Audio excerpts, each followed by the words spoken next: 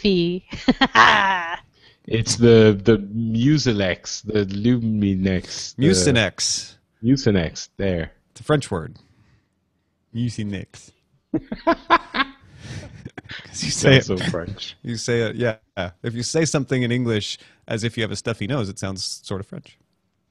Is that not true? Let's go with that. Yes, right. Absolutely. I said in English. I wasn't trying to say that all. Never mind. I'm ready to do this show. Are you? Yes, especially since a couple of people sent me the More You Know clips. So the more you know. And this one has Bill Cosby. Thank you, BioCow. Oh, boy. Political minefield. Here we go. Podcasts about technology in your daily lives from people who like to put pants on frogs and one guy with a trustworthy-looking beard. The Daily Tech News Show with Tom Merritt is brought to you by you and I at dailytechnewsshow.com/donate. This is the Daily Tech News for Tuesday, September 15th, 2015. I'm Tom Merritt. Joining me today, because it is Tuesday, and they have French Tuesdays, Patrick Beja is here. Hello, Patrick. Hey, Tom. How's it going? Your beard is trusty looking. You know, I was going through a bunch of old photos, referring to the intro there, not just, Yes, right. Beard. No, I get it now. Thank you. It took me a minute.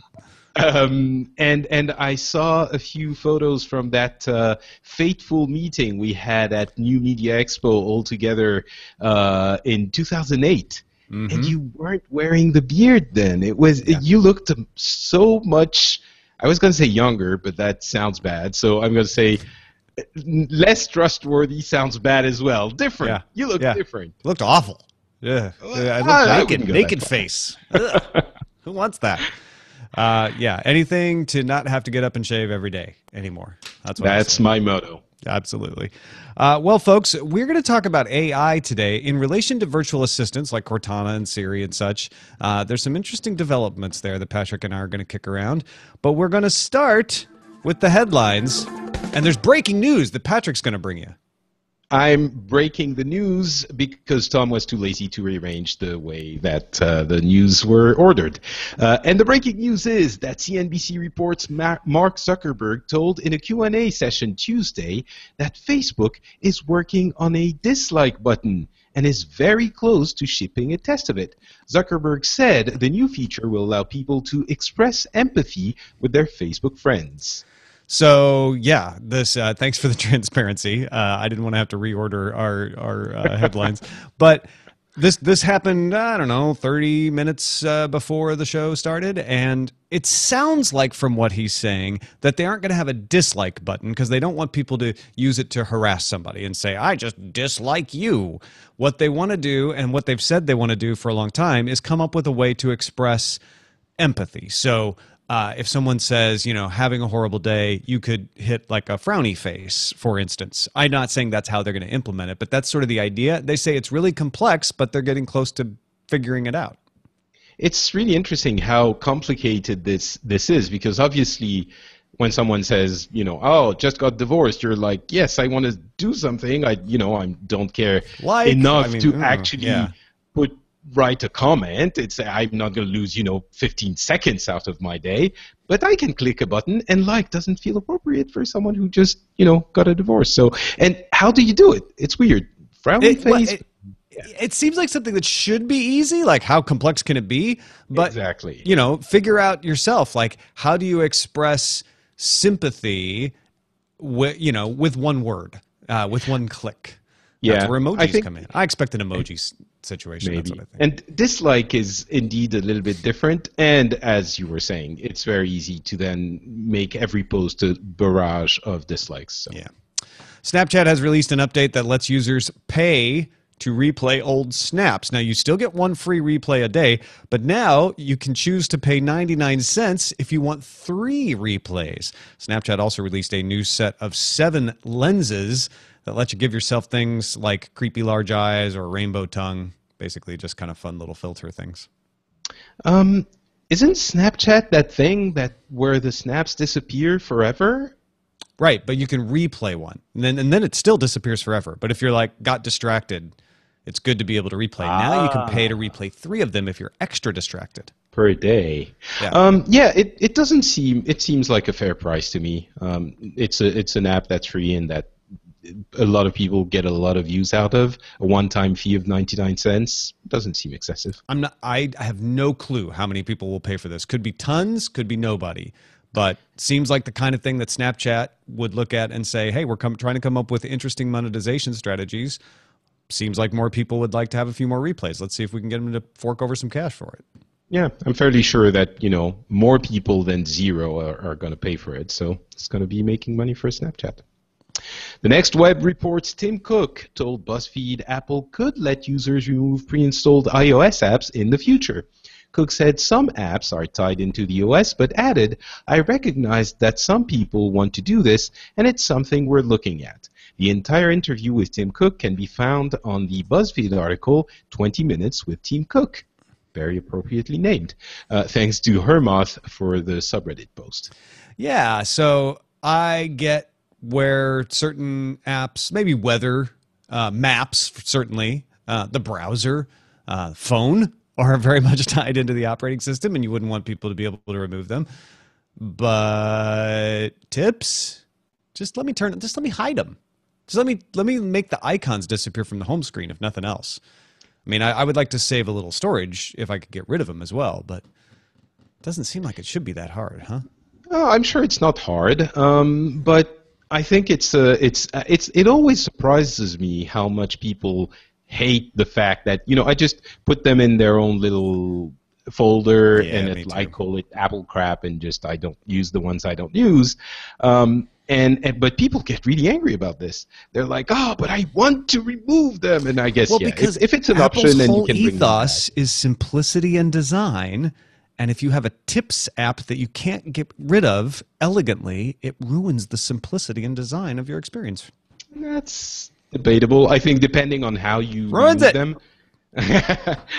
If you remove them and they can never come back, I think it might be a problem for some of the very basic users who might do it mistakenly. But if you can bring them back in the settings, there's a way to do it. It's just a choice.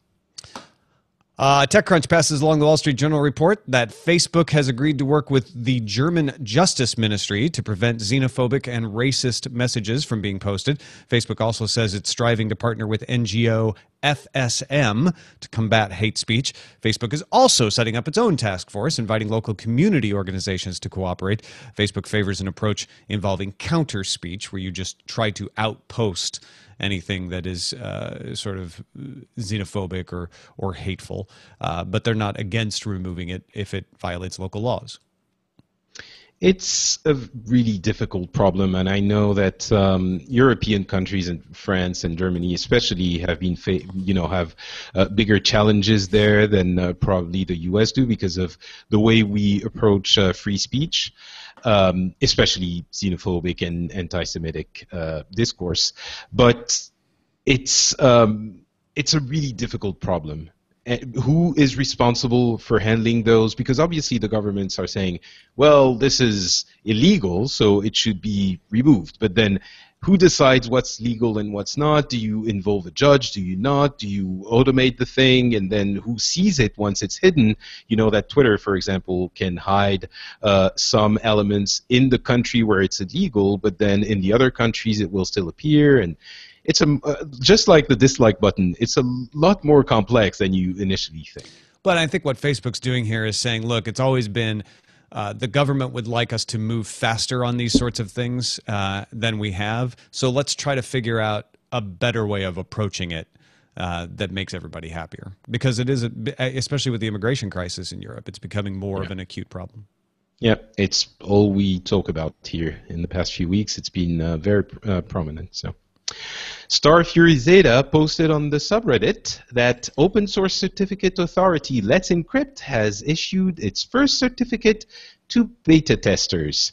If the test goes well, the certificate will be available for everyone sometime around November 16th, 2015. Let's Encrypt was founded by the EFF, Mozilla, University of Michigan, in an effort to make HTTPS implementation easier. Yeah, just a nice signpost along the road to encrypting all the things. So making another step all forward. the things. Qualcomm unveiled new details about its upcoming Snapdragon 820 system on a chip. According to Engadget, the 820 will support the 600 megabit per second LTE advanced standard with upload speeds up to 150 megabits per second, and it will come with 802.11ad Wi-Fi, supporting speeds up to 7 gigabits per second. Snapdragon 820 also comes with Qualcomm's new Quick Charge 3.0 technology, which can charge batteries from 0 to 80% in 35 minutes. Snapdragon 820 is expected to arrive next year, although the Snapdragon 617 will come out by the end of the year and also supports that quick charge feature, as do the 430, 618, and 620 models of Snapdragon. You know what's going to happen with Apple, right? They're going to come out with, in a couple of years, with a feature, and they're going to call it Zoom Charge. And Apple Charge. Yeah. And they're going to be like, this is amazing. Fast charge. 25 minutes. Yeah. Facebook announced that its mobile website can receive push notifications in Chrome using Google's mobile web alert standard. This opt-in feature is seen as necessary for data-limited users who use the mobile web more than apps. Google's notification standard is used by Opera and China's UC browser and will come to Firefox 42 in November. Yeah, this is something, I sometimes am a cheerleader for web apps over standalone apps, and I believe there's a place for both. There are certain things that standalone apps can do better. That's why software exists. But I think we are undervaluing the cross-platform compatibility that the web is supposed to stand for. One of the things that has been an issue, though, is doing notifications and alerting people of things in your app has been difficult on the web. So I'm very happy to see that this alert standard is getting some momentum, getting some take-up, and that somebody like Facebook, in mostly in developing places where people don't use apps because of data charges, is finding it necessary to adopt it, which will push it even farther into the mainstream. Every time you go on your spiel about how the web it's swinging between the web and apps, you did it last week, and I wanted to jump into the show and go like, but no, Tom, it's not necessarily the case. There are examples where this and that, but that's we're swinging back with alerts for web, Patrick. We'll see. Recode reports 9 of the world's biggest banks are partnering with financial tech company R3 to create a framework for using blockchain technology in financial markets. These are big names on top of this. JP Morgan, State Street, UBS, Royal Bank of Scotland, Credit Suisse, BBVA, and Commonwealth Bank of Australia have signed up so far. The blockchain works as a decentralized, tamper-proof ledger of transactions. Obviously, most famously, blockchains are used in Bitcoin.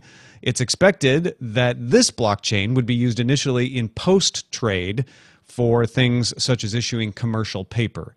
Just sort of kind of oversimplifying it, sending a receipt, if you will. But it doesn't have to be public. It can be private information exchange. And I think this is one of the things people misunderstand about Bitcoin is there's the idea of Bitcoin becoming a currency and being accepted. But then there's the whole underlying technology that makes Bitcoin work that a lot of financial industry is looking at and saying, well, we would like to do that with other currencies, with the currencies we deal with every day. You know, the development of the blockchain technology has been pretty staggering in the past few years. I know there are people who are trying to create a sort of website protocol, web protocol. I think at least one project is called Ethereum, I think. Yeah, that's right. So that sounds right, yeah. And I still don't understand exactly how it works. I would love to do a show. I think it's so important. I would like to talk about it on my show, but I don't quite my French show, The Rendezvous Tech. I don't quite understand it well enough yet. So if you could please do a show where you explain everything about it first, then I could, Well, maybe one of these Tuesdays we should get a blockchain expert in, and we can just kind of get them to explain all of that stuff. Because I have a very minimal understanding. I get the concept of how it works, but I think it's harder for me to answer questions about it because I don't have a fundamental understanding of it. Exactly. Yeah, it could be interesting. Sony announced a few things at its Tokyo Game Show press conference today. First, the Project Morpheus will be officially named PlayStation VR. Second, 4 new PS4 controllers will come out in Japan later this year in gold, silver, steel black, and crystal. Ooh. Crystal is just transparent plastic, but sounds cool. And 3, the big news is that starting October 1st, the price of the PlayStation 4 in Japan will drop from basically 40,000 yen to 35,000 yen, give or take a couple of yen. That's around $292 to $258. So a sizable chunk. 258 euros. Yes. Oh, I'm sorry. I mean, yeah, euros. The new price is around 300 euros or 250 euros, more or less. It's an interesting step. I mean, the console is basically 2 years old right about now. I wouldn't expect the prices to come down in Europe quite as fast, or the US, basically, in the West, because it's possible that they're doing this in Japan earlier than they would have wanted to, because they're not selling as much as they would have hoped in Japan. And in the West, the PlayStation 4 is doing exceedingly well. So they could afford not to bring the price down. Maybe they're going to, but it wouldn't surprise me. It's not a guarantee. And there not too many people are doing this, but a few people are like, why is it only for Japan? It's like, well, it's the Tokyo Game Show, people. That's where you announce things that happened in Japan, at the Tokyo Game Show. How do you say Porsche or Porsche? I would naturally say Porsche, but I've heard so many American TV shows or movies where people say Porsche, I would be afraid that people wouldn't understand if I said Porsche. I'm going to say Porsche then. I'm going to go with you. Be I stand with Patrick. European. Porsche is showing a concept car. Well, it sounded suddenly so Midwestern when I said it. Porsche. It's like Warsh. Porsche is showing a concept car at the Frankfurt Auto Show called Mission E.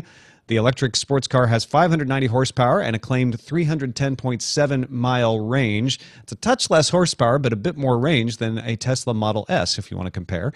The Mission E uses 2 permanent magnet synchronous motors, also uses an 800-volt system that can charge to 80% in 15 minutes. What is it with everything charging to 80% faster today? This is kind of cool. It probably has to do with complicated battery technology that can charge to 80% in 15 to 30 minutes. Yeah. Basically, that's exactly I just repeat what it means Yeah, yes. Exactly. But I think if I could venture to, I'm not going to speak for Elon Musk, but I would guess that when Elon Musk decided to go high-end sports car with his electric cars, one of the things he was hoping is that he would spur high-end sports cars to try to make an electric car where they might not have otherwise, because it was sort of disdained as, oh, electric cars are for little putt-putt cars. So I feel like this is Tesla's mission being accomplished, that Porsche is developing a Mission E. Yeah, good job, Elon. And finally, Sleepless in VA. Is that the right way to read this? Sleepless in VA, because I think VA is for Virginia, so Sleepless in Virginia. Makes sense, yeah. So Sleepless in VA sent us the Daily Dot report that a Project Loon balloon met its doom while sailing over a suburb of Los Angeles. Project Loon balloons are part of the Google X plans to provide accessible internet in underserved regions around the world. But this one landed in Janet Olafson's yard in Chino Hills, California. Medium income, $97,000 a year. Google X's parent company, Alphabet, told KBCW that the balloon was intended to land nearby. Yeah, they just missed. They didn't stick the landing. Good thing Chino Hills is getting that Project Loon internet. Those underserved mansions have been dying for a little wireless internet. I'm sure they need those alerts on their mobile browser versions of Facebook, too. There's really no significance to this story other than, Google was like trying to land Project Loon somewhere and they missed. You know what? It allowed me to say Project Loon balloon met its doom, so yeah. I'm happy. Credit Jenny Josephson on the poetry of our headline there, and that's I'm going to try to say this in reverse. we got stories like that one from you. You guys vote on them. You submit them. So keep doing that. dailytechnewsshow.reddit.com. And that's a look at the headlines. There we go. Trying to get the new rhythm of things there. All right. So Don Reisinger, great writer, writes for CNET, writes for Fortune, writes for a bunch of people, writing in Fortune, was talking about the fact that Apple, Microsoft, and Google are all competing for control of artificial intelligence. Particularly, we see it as a fight of personal assistants, Cortana, Siri, Alexa, Google Now. Those are all the products that are trying to take advantage of something called machine learning. Bruce Daly, principal analyst at Tractica, wrote on April 23rd, while artificial intelligence has been just beyond the horizon for decades, a new era is dawning. Systems modeled on the human brain, such as deep learning, are being applied to tasks as varied as medical diagnostic systems, credit scoring, program trading, fraud detection, product recommendations, image classification, speech recognition, language translation, and self-driving vehicles. The results are starting to speak for themselves. And there's a ton of news about this. Apple recently planning to hire 86 full-time AI experts to beef up Siri. Google, if you remember, back in 2014, started partnering with Oxford University's AI teams. Google has a division called DeepMind. Facebook hired Professor Jan LeCun, who's a preeminent person in this field, as director of its own AI research. Remember, we were hearing about Project M, which actually combines real humans with AI to provide some kind of personal assistant. Microsoft's been working on this forever. Xbox One has voice recognition, obviously Cortana. Skype translation is another example of machine learning. And technology research firm Tractica that I was just talking about estimates that deep learning for enterprise, which in 2015 is expected to be a $202.5 million business, will be worth $11.1 billion as a market by 2024. So, Patrick, it's like looking at the tip of the iceberg when we're talking about personal assistance. But while a lot of that machine learning is going to be used for lots of other things, the most impact it's going to have on us is in the ability for us to interact with our devices, right? I think it's very easy to look at all of this and to think, oh, they're neat software toys. They're kind of cool, and when you ask your phone for the weather, it answers, and that's funny, and sort of discard it as a fun gadget. But then you look at who's getting into this, and I don't know if you guys use that acronym of, well, not acronym, but we say GAFA, and we just added the M, so it's GAFAM, which is Google, Apple, Facebook, Amazon, and Microsoft just joined the club recently. But they're all of those are like the most important tech companies in the world, supposedly, and all of them are interested in that field, in the digital assistant and virtual and artificial intelligence. So while they are obviously trying to make something fun and more usable, I think there's something more behind it, right? It's supremely important for all of those because they're sinking a lot of money into it, and it goes beyond just the funny, the fun toy and the fun, sometimes reliable, sometimes not super reliable thing. And so the first thing I see is in the midterm, I see this becoming another paradigm shift in UI, meaning it could replace in some cases, and it already is, replacing search. And obviously, we know what makes money on the web now. It's content discovery. Content is difficult to find, and that's where Google has made its fortune because it became the interface for finding content on the web. Yeah, plaster some ads on that and rake it in. That's what Google's been doing for 10 years. And so what these digital assistants do is that they replace your interaction with your device in that you don't need to go in and type in a web browser anymore because you ask Siri or Cortana or Google Now, hey, when is the movie playing that I like? And or better yet, Google Now notices that you're near the theater and says, hey, I know you've been wanting to see A Beautiful Mind. It's playing. I don't know why A Beautiful Mind would be playing. Straight Outta Compton. Straight Outta Compton is playing in an hour. And so I think it's easy to think, well, this is just a web search that assistant does for us, but really it isn't. They can connect to any service that they want, and they could connect, as some of them do, directly to, I don't know, IMDb, for example, bypassing the web search. Initially, it was just web search that they did mostly, but they can bypass the web search, meaning that when they finally become reliable enough that you can rely on them, this can completely bypass not the entirety, but a good portion of Google's business model and become a portion of the way we search for content. So I think in that already, it is super important for the industry because it is the first thing since the dominance of Google has been established that could circumvent it.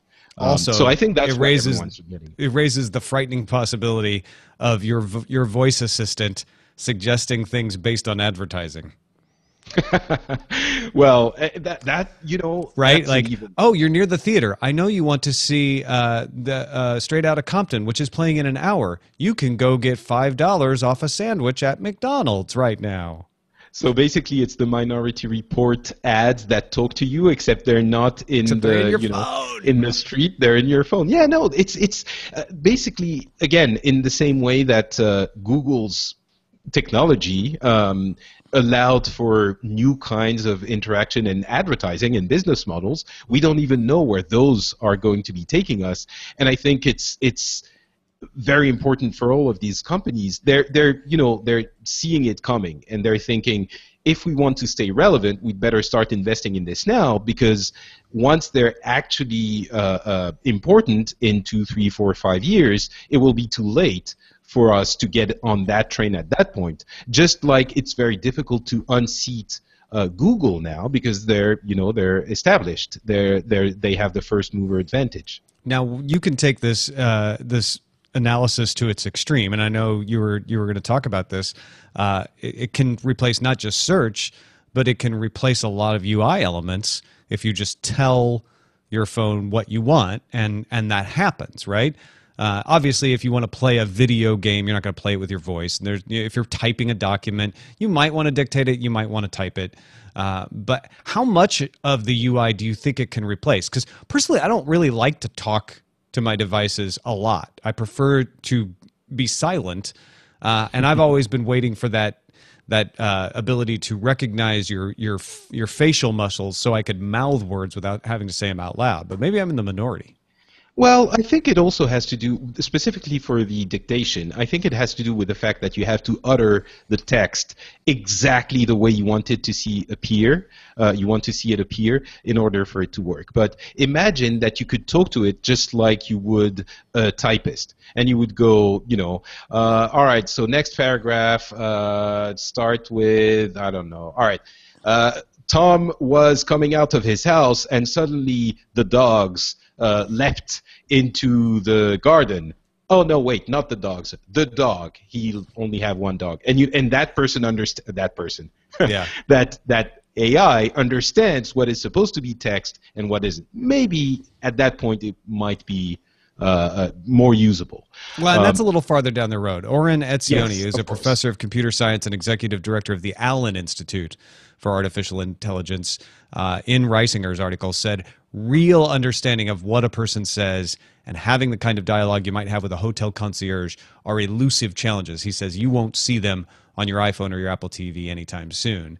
So we're at the cusp, but it's a little bit of a shell game, right? How much of it is supervised learning, where they did a phone tree and they said, well, if you hear this, this, and this, say this, and how much of it can really anticipate based on a little bit of data analysis and machine learning, or some kind of unsupervised learning, where it knows enough about you that it can suggest, and that's what Google Now is doing, that's what Cortana is doing, that's what Siri is beginning to do, where they know your behaviors, they know the context, they know the GPS, and they can anticipate a little more. It's not quite the same as having a conversation with a butler, but it does things before you ask for them, which is extremely helpful.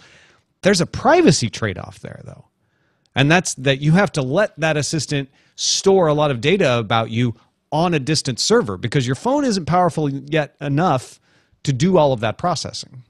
Definitely. Yeah, no, definitely. I think we're still in that midterm phase here. You know, the predictive stuff, the semi-phone tree type of interaction is sort of, you're right, we're on the cusp of that. But the UI paradigm transformation is where things really start to get serious. Because I think at that point, you know, there's one thing that always amuses me.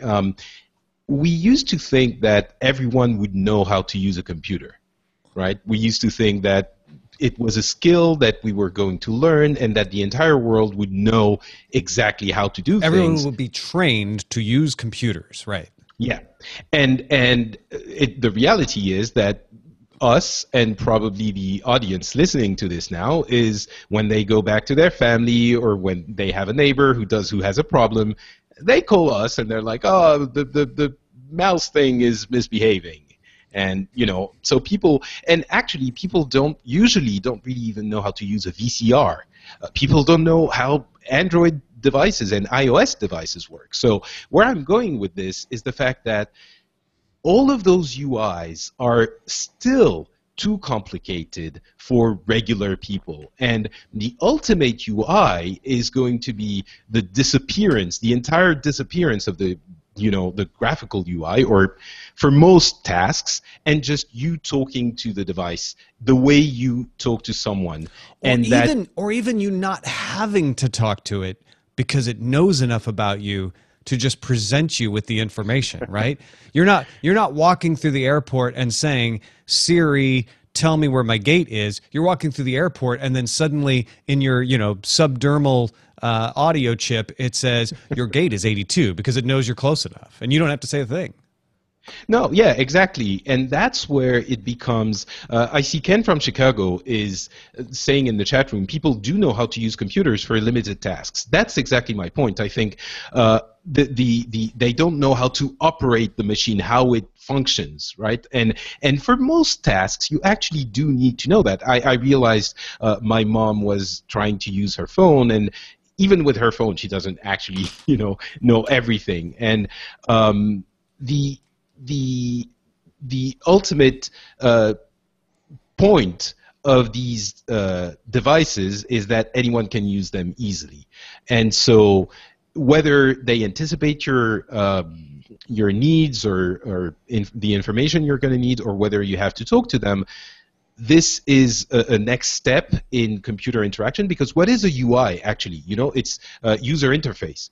And the user interface could be really anything. It doesn't have to be a mouse and a keyboard or your finger or a screen. It could be anything. Yeah. And so no matter where we go with all of this, it will have to do with artificial intelligence and those virtual assistants. So again, down the line, it's much further down the line, but down the line, it is the logical conclusion of the efforts that all of these huge tech companies are undertaking now. So I think they're looking at that and thinking, again, we have to start now if we want to be there. We need to have our platform if we're not going to get left behind. Absolutely. All right. Let us know what you think about this sort of thing. Feedback at dailytechnewsshow.com. Our pick of the day comes from Bill, High Tech Bill, analyst patron. Thank you, Bill. Says, my pick of the day is Lipault Paris Plum Luggage, Lipault, because they are lightweight. 28-inch bag is 7.5 pounds. This is great when I'll be gone for a week and need both professional and casual clothes. I like a luggage pick. My personal pick, and I mentioned this yesterday when we had Kevin Purdy on the show, is the Briggs & Riley suitcase. It's not the one single pick from Wirecutter, but it was one that they said, look, if you're traveling internationally, you need the 26-inch, not the 28-inch sometimes. You might want to look at that. So I'm going to throw in a pick and say, look at the Lipault Paris Plum that Bill says. Maybe look at the Briggs & Riley as well. I don't know if Patrick, I didn't prepare Patrick with a luggage pick. Well, actually, I do have a luggage pick.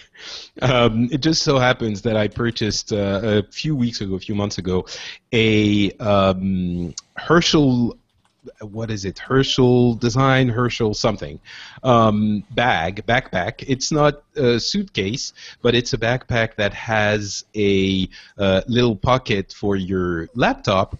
that is padded, so you don't have to have the laptop itself in a sleeve. And if you use the Plus designs, I think they're called, you also have a little padded pocket for your tablet as well, which is very handy. Plus, those are super hipsterish bags right now. They're super in. So, What are they called again? Herschel. Wait a second. Don't move. Hershel, Herschel. I'm guessing. Herschel for the video people. There you go. Oh, Herschel. right. I've seen that before.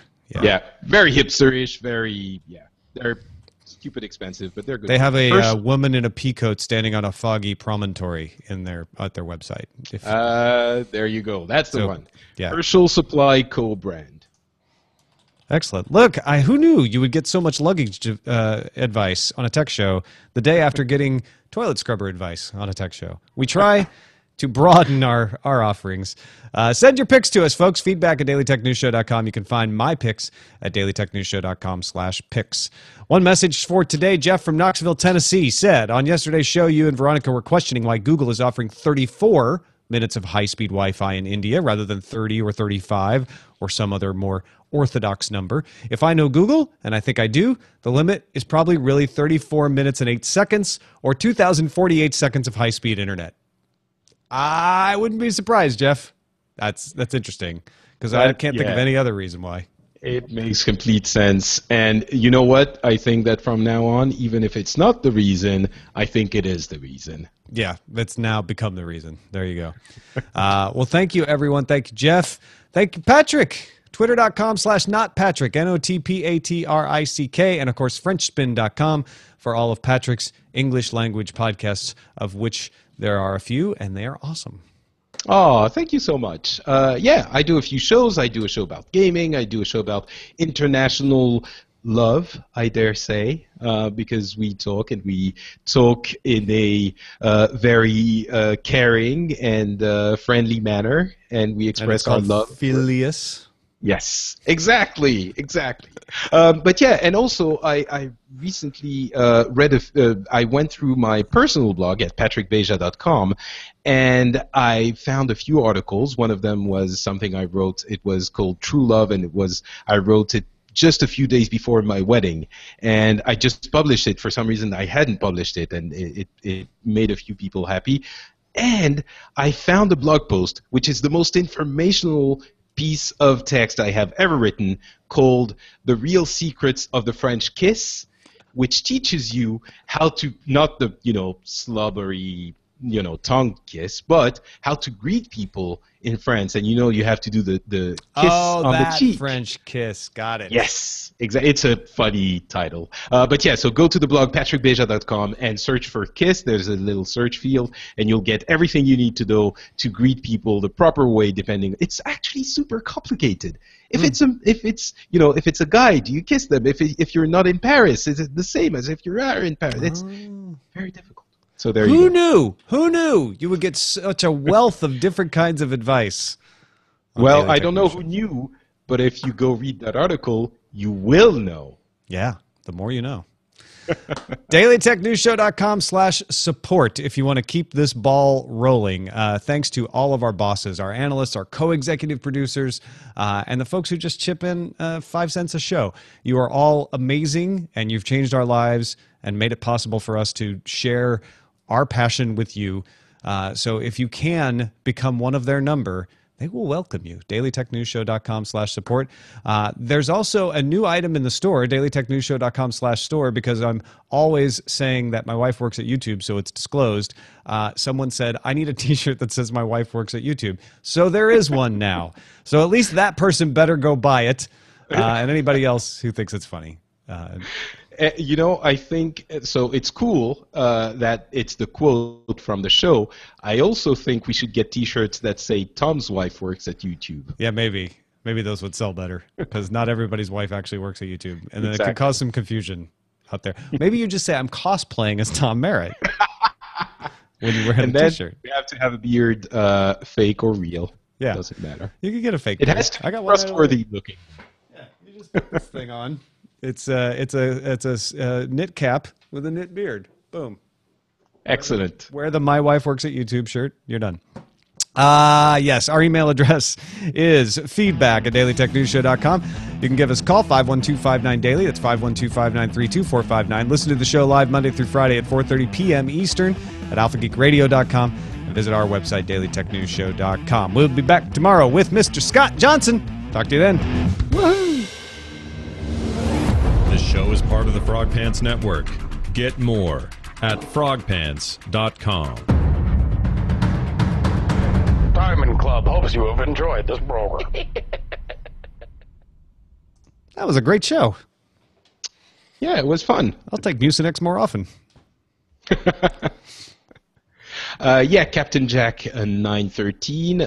Shaking hands is acceptable in France, but sometimes, so if women kiss on the cheek most of the time, if they at least know each other, men kiss women.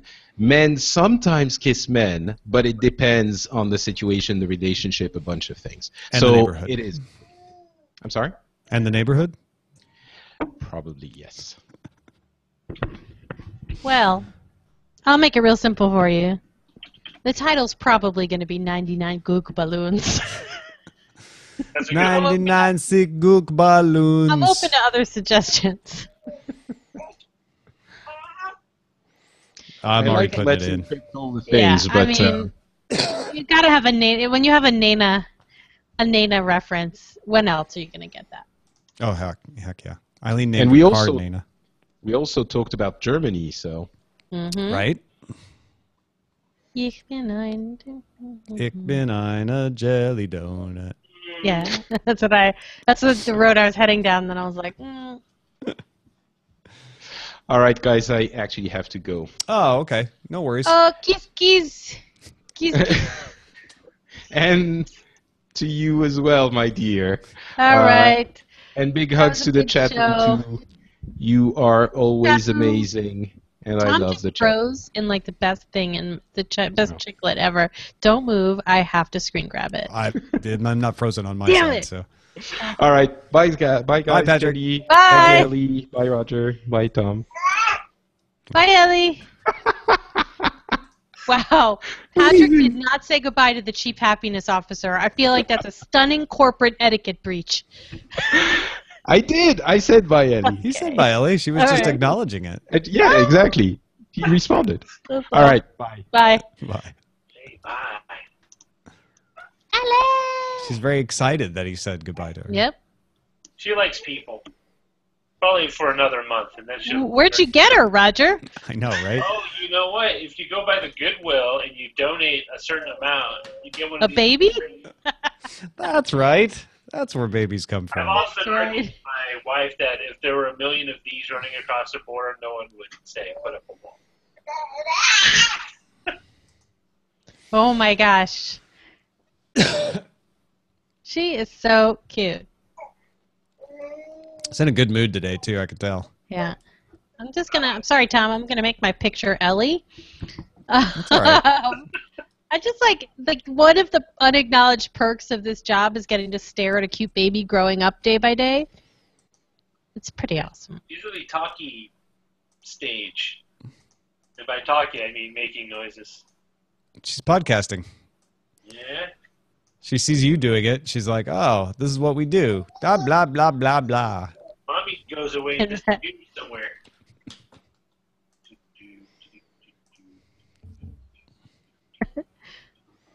I just sounded like a Noyotron from Hearthstone. Oh, man, you're making Hearthstone references now. Look at this. I don't play Hearthstone. That's crazy. Have you played Heroes of the, what's the one? Heroes of the Storm? Yeah. Nope, I've never played a single Blizzard game. Have you played Heroes of the Storm, Tom? Yeah, I not in a while. Wasn't very good at it. It's not my kind of game. It does have a high frustration factor initially. For me. I guess I just know what I like. I love those almost open world and full open world games, and I'm content with that in a way, but like that I don't have to play with other people because we play those games to like go away from the world and not to join it in a different way. So it's just, you know, Like right now we're playing The Witcher, or Witcher 3. Oh, yes. And that's good, because you could just... It's not quite full open world. Like, it's definitely still driving you places. Yeah. But I enjoy it. Very It's fun. Skyrim-y. Yeah, that's why that was the last game I played was Skyrim. It was funny. I really enjoyed that game, and I tried to pick it up again, and I was like, I can't get into it. Yeah. Skyrim? Yeah. Because Yeah, because at a certain point... And then I went... That's the thing. At a certain point, you're done, and then it's just wandering around doing variations of things, and I didn't want to do the DLC just yet, so...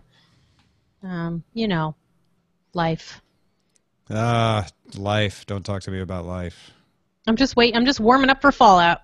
I'm getting used to wearing things on my wrist. So my Pip-Boy, when it arrives... When does your Pip-Boy come? I don't know. I'm so excited.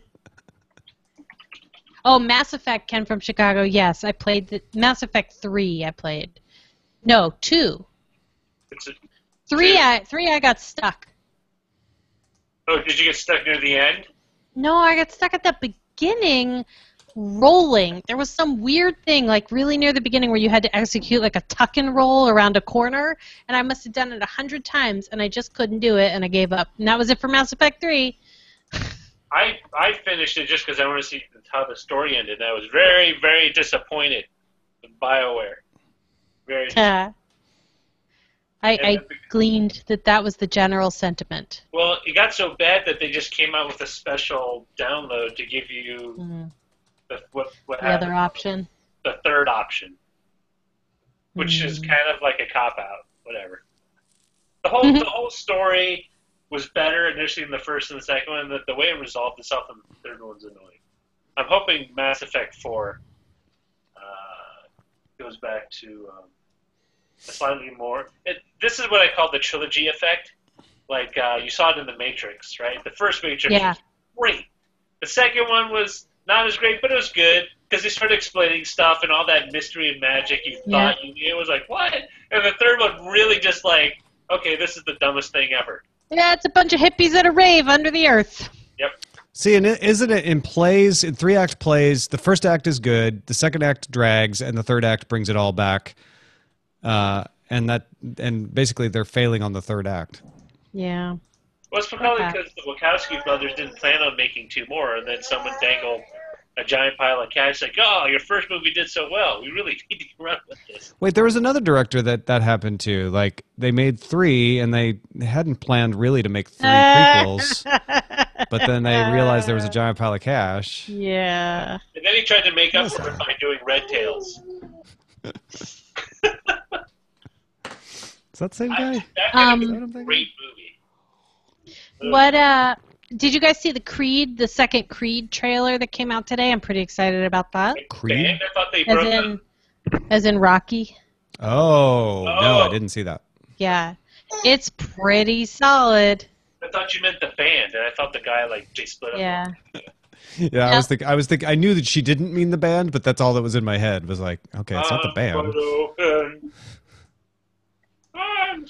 Apollo Creed's son, right? Son, yeah. Yeah. Ooh, that should be good. Yeah, I'm pretty excited about it. Coming out in November. As long as they keep up with the original Rocky formula and not, like, go all haywire. No, they're going... It looks like from this second trailer, it's prime Rocky formula. They're gonna do a sequel to Mary Poppins. What? I just read this morning. They're doing They're planning to do a sequel to Mary Poppins. Okay. Exactly. That was my... It's like... Okay. It's called Mary Poppins Fresh. A lot of product placement. Yeah. Oh my god. Reminds me though. That reminds me. I have things to fill out. All right. The president and CEO of United wrote me a personal email. Did he? Oh, yeah. Nice. Dear Thomas. He knows me so well. He calls me Thomas. Is this about your recent flight? It's because he just became the new CEO. Oh, I know what kind of email. Do you have miles with them? I want us to be your first choice for every trip you take, and we will put in the work needed to get there. First, we must focus on our customers. Getting you to your destination. Yes, that would be helpful. I mean, for starters, I mean, that would sure. be fine, First I step. guess. First step. That would be fine. Get me to actually where I paid to go. That would Yeah. be great. It'd be Thanks. nice if they boy. could throw in some crackers now and then. You know, yeah, that's down the road. Down the road. Yeah, when they took away those little nibble on the flight, that really is like, oh, come on. Now you're just nickel and diming everything. All right, we're done here, everybody. Thank you for watching. We'll talk to you tomorrow. Thank you.